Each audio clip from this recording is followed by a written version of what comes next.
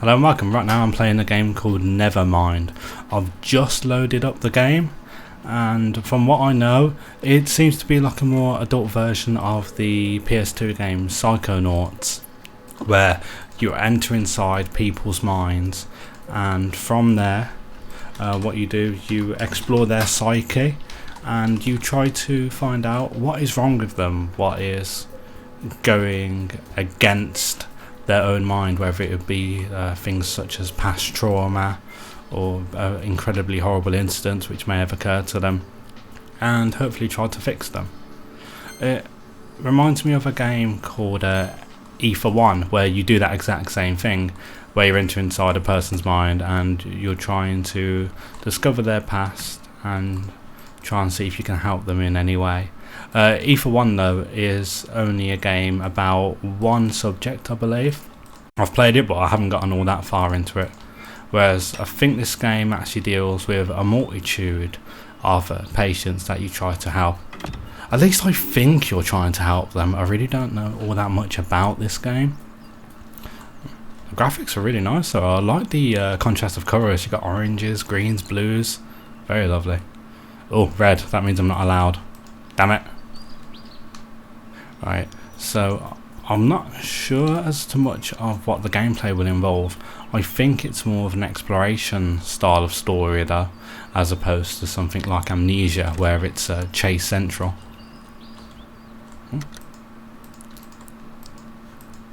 Nah, nothing of interest there. Right, let's move on. Oh, more locked doors. God, I must have spent a fortune on neon lights. Doctor rolls. Ah, here we are. I can select my client. Right, okay, so there's there's 3 patients at the moment plus a training simulation. Doesn't seem like I can activate this one just yet. And these two aren't out yet. Sorry, tongue tied. These two aren't out yet because the game's in early access. Right, let's go to the training simulation and let's have a looky. Oh wow! No, I never expected this in the game. All this pretty foliage and little water features. Oh gosh, I'm in the Matilda choky.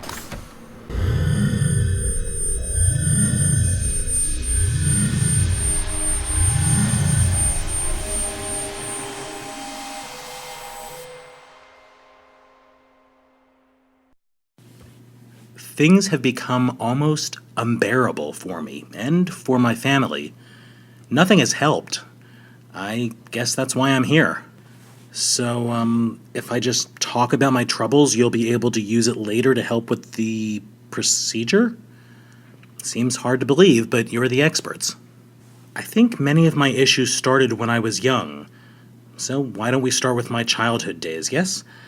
Okay, let's see. I was raised in a lovely cottage in rural Germany. We didn't have much, but my twin sister, our father, and I got by. There was actually a great famine for much of my early childhood, and often we went without food. I had many happy moments with my family, but the darkest times began when my father remarried. My stepmother always resented my sister and me. We didn't like her much either, to be honest. God, she was horrible. Sometimes she would take my sister and me out for long walks in the forest, and then she'd hurry home. My sister and I couldn't keep up, and we'd often get lost. We learned to leave a trail of whatever we could find on those walks to help us get home. I guess in some ways our stepmother helped us become resourceful like that. My sister is a real fighter, the kind of woman any girl or boy could look up to. She volunteers to work with various youth organizations now. Enough about her. Okay, what else? Maybe I should talk about my feelings, yes? You may find it hard to believe, but I've always struggled with various eating disorders and anxiety around food. Eating anything rich makes me feel scared and anxious. It's hard to describe. My sister has actually experienced similar issues, and it's worsened for us both as we've gotten older. That's not normal, now is it? We've seen countless doctors about this in the past. They've determined that our issues may be trauma-related, but have yet to help us sort out the underlying source. They have yet to fix us. And that's why we're here. Right, let's go give them the old psychonaut treatment. Welcome to Neuroprober training. I am pleased to be your guide. When I'm speaking, you can always make a right-click motion to skip the... Boring. Let's do this. Whether you're speaking with a client directly or neuroprobing, you'll find that every detail of the subconscious is trying to tell its story. In the case of our clients, it's often the forgotten story of the trauma they experienced. Some parts of the patient's memory may have become confused or corrupted by the conscious mind's attempts to reconcile or cover up the truth of what happened to them. However, if you look closely and carefully in the right places, you'll find that the truth will ultimately shine through. While neuroprobing, you will encounter objects that look like photographs.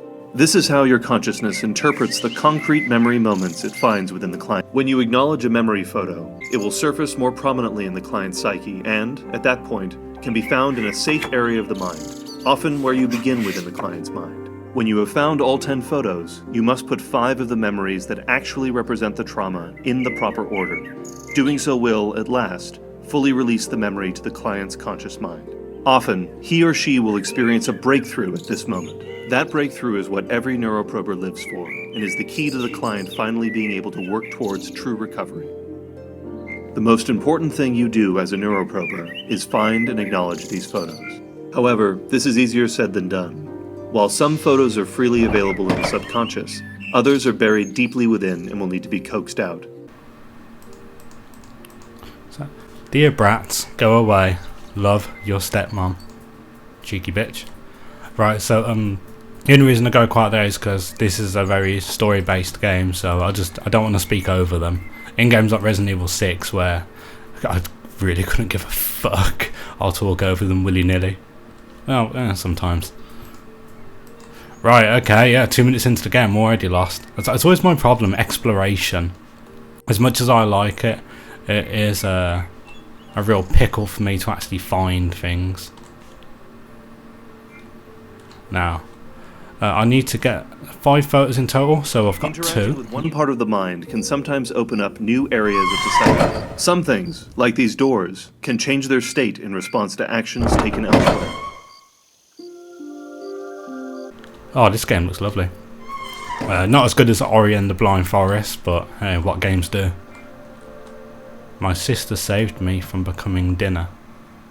Oh dear. So, okay, so has his mind created like a Hansel and Gretel sort of story? The subconscious doesn't take kindly to intruders, and will take every opportunity to feed off of any sensations of anxiety or tension you offer to it. If you can, try to stay calm and peaceful, even in the face of the terror. If you can calm yourself, you'll find the subconscious will calm itself too.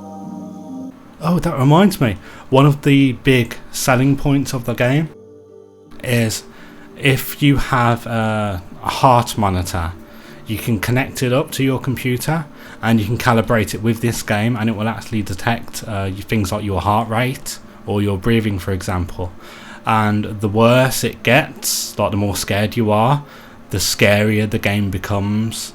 And so the calmer you are, the calmer the game is. Scarier you are, the scarier the game is. And so it creates a loop. Of an especially buried memory. Some details of a given trauma can be especially tenacious, but by gently and cleverly listening to the clues the mind gives you, you will find all you need to work through it. Just think of it as a puzzle for you to solve. When you focus on these puzzles, make a right-click motion if you need to break your concentration. So you get the loop of, oh, I'm scared, the game makes it scarier. I'm even more scared, the game makes it scarier. I'm actually not sure if it will infinity loop like that though. But it's a really nice feature. Unfortunately, I've never had any need for a heart rate monitor, and so I don't have one connected to me. Right, so first puzzle of the game, this is easy. Match the eyes with the eggs.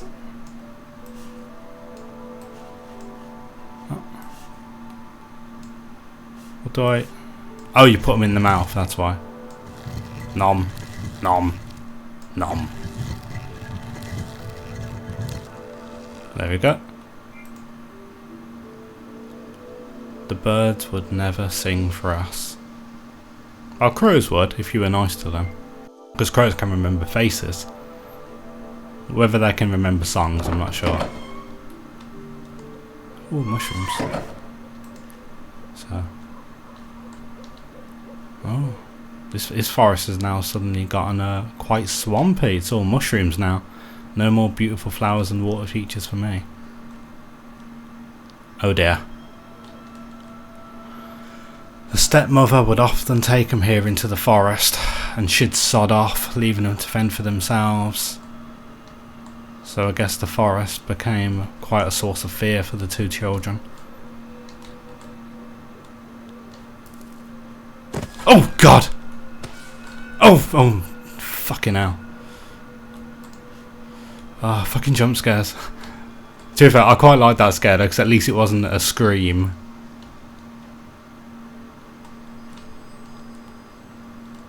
Oh, dear me. Right, there was a photo around here somewhere.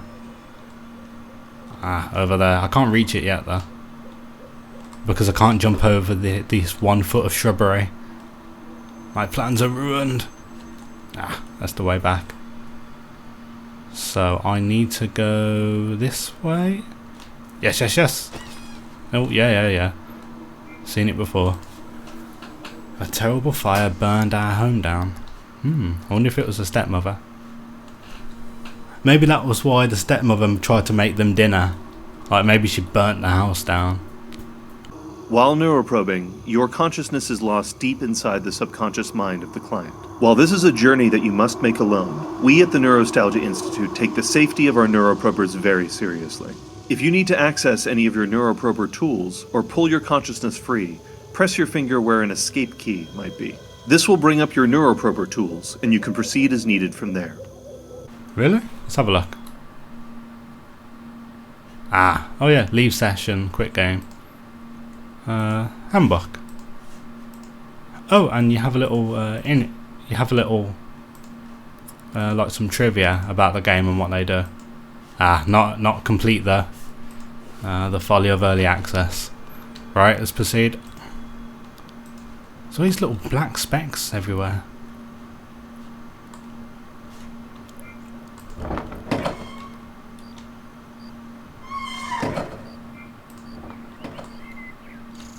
Oh. Right, okay, so I have these 5 photos, but I can't actually put them in any order yet, because there need to be 10 photos in total. But it must be kept in mind that you only need 5 to solve the puzzle. The other remaining 5 are fake. And Some parts of the subconscious allow... I've already heard that one. Oh yes, of course. The children said they left trails with anything they could find, so... Did they like take little ships and muffins with them and leave them as trails? Interacting with one part of something. So I've already been through there, and I came through that door. And now this door's open. Right, let's mosey on. Before we enter the house.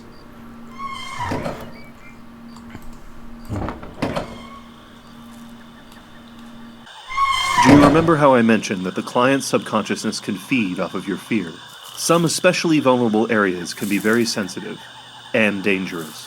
When you place your consciousness in another's subconsciousness, there is a risk of you getting hurt, of the pain and the turmoil of the client's subconscious drawing your own mind into its agony. You must brave these areas despite the risks. You must stay calm. Should you let your fears get the best of you, it will be incredibly difficult to proceed unharmed.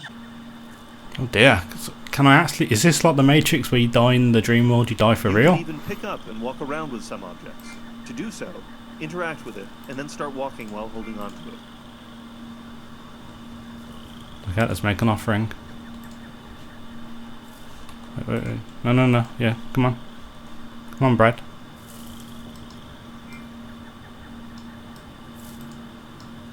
There we go. Can I nick it back? No. Right, okay, let's move on. So, before I was starting this game, I was playing a game called Astray, which is very much similar to, say, Eternal Darkness, with the whole Cthulhu mythos.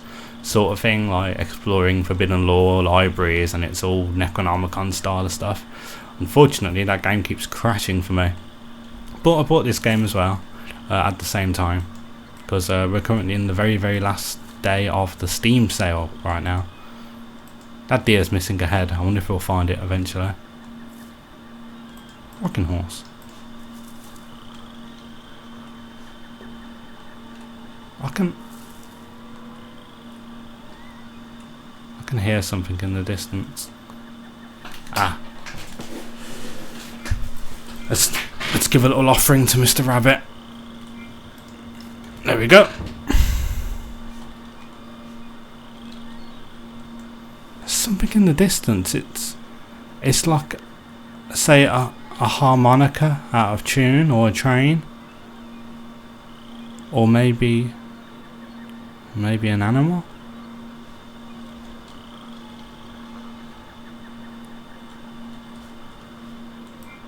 Oh dear. I'm sure the environment has just changed on me.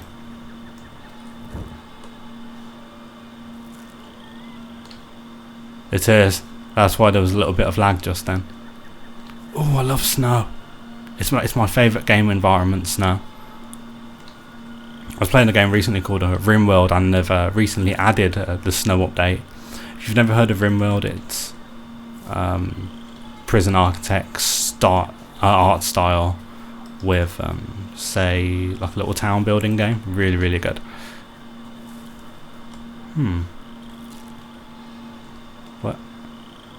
Where do we go now? Ah. We have to give this to Mr. Frog. Oh, no. Alright, so when you drop an item, it goes back to where you originally placed it.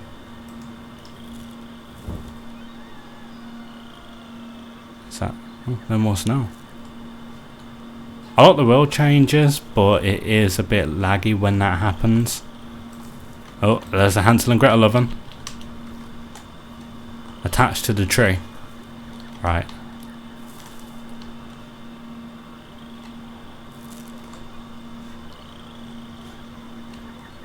I can still hear it, that harmonica animal noise.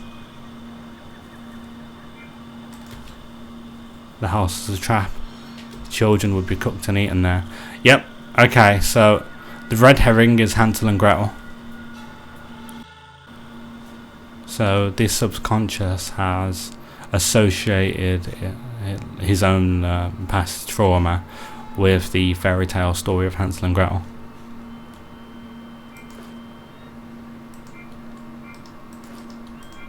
I can pick you up, but I can't carry you. A rocking horse. And another skull. Maybe... okay, so there's two skulls, maybe one for each child. My current concern at the moment is if I am currently in danger. Second game in a row now I've played which has a piano you can actually play. The first one being a game called Homesick, which I still need to render and upload. I'm currently a university student now, and I do a lot of hospital placement because I'm doing a diagnostic course, and so God, get absolutely knackered. I'm up at 6 AM in the morning just to get there on time. So I don't get home till 7 PM, and then I just fall asleep dead on the floor until say 2 AM, and I'm like, no. The witch will be the danger, and she's eaten the bones of the two children. I wish there was, say, a sprint key in this game. However, it does imply that there is no true danger, because if there was, surely you'd be allowed to run. Although in originally the computer game from the last generation called Dead Space, the very, very first game, originally you wouldn't be allowed to run. There simply just wasn't a sprint feature at all. And early testers didn't like that at all. They wanted the ability to run, to flee, and so they essentially had to redevelop the entire game over just so that they could add a run button in. And I found a third skull a moment ago, so that means that the two skulls are not of the children, or at least They could be of the children, but they're of other people as well. So we're dealing with a subconscious monster that eats several people, not just the kids. Maybe it's the husband. That could make sense. The two children and the dad. With the whole Hansel and Gretel thing in mind, I do actually own the complete works of the Brothers Grimm.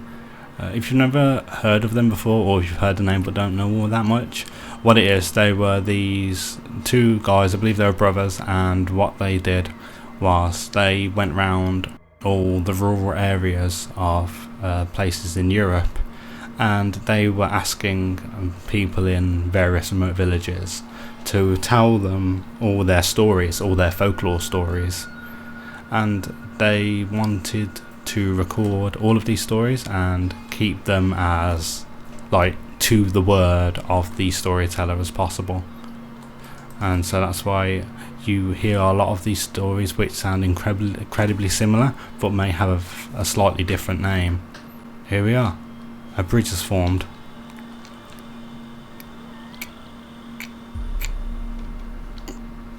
Oh dear, that sounded pleasant. Am I being followed? I heard something. Oh, fuck off.